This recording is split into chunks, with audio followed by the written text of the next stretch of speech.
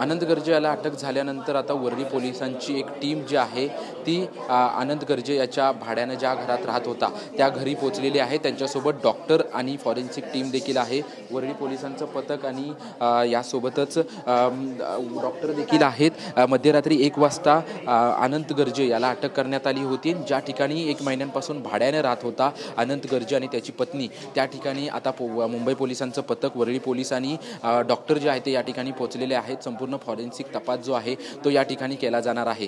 परवाच्या दिवशी आपण जर पाहायला गेलं तर गौरी गर्जेने आत्महत्या केली होती। ज्या ठिकाणी आत्महत्या केली होती त्याचं रिचेकिंग करण्यासाठी आणि संपूर्ण आढावा घेण्यासाठी या ठिकाणी पोलीस जे आहेत ते दाखल झालेले आहेत। त्यासोबतच त्यांचे पोलिसांसोबत डॉक्टरांचं पथक आणि फॉरेन्सिक पथक देखील असल्याची सध्याची माहिती आहे। आतमध्ये सध्या तपास सुरू आहे। आपण जर पाहायला गेलं तर मध्यरात्री 1 वाजता संपूर्ण वरळी पोलिसांनी आनंद गर्जे याला जे आहे ते अटक केली आणि अटक केल्यानंतर आता संपूर्ण त्यांचं पोलिसांचं पथक आणि डॉक्टरांचं पथक जे आहे ते या ठिकाणी दाखल झालेलं आहे। पुढील तपास जो आहे तो त्याच्या वतीने केला जातोय। गेल्या 1 ते 2 महिन्यांपासून याच ठिकाणी आनंद गर्जे आणि त्याची पत्नी जे आहे ते भाड्याने राहत होते आणि याच ठिकाणी आता फॉरेन्सिक टीम, डॉक्टरांचं पथक आणि हे या ठिकाणी पोहोचल्याचं आपल्याला पाहायला मिळते। बाहेर आपण पाहू शकतो की मुंबई पोलीस त्याचसोबतच फॉरेन्सिक टीम देखील या ठिकाणी असले आपल्याला पाहायला मिळाली।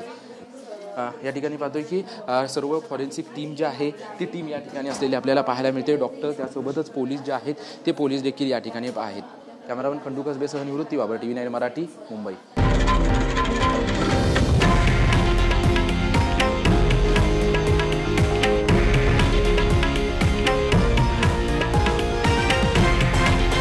हे आहे देशातील नंबर 1 न्यूज नेटवर्क आणि आपण पाहत आहात TV9 मराठी, एकमेव।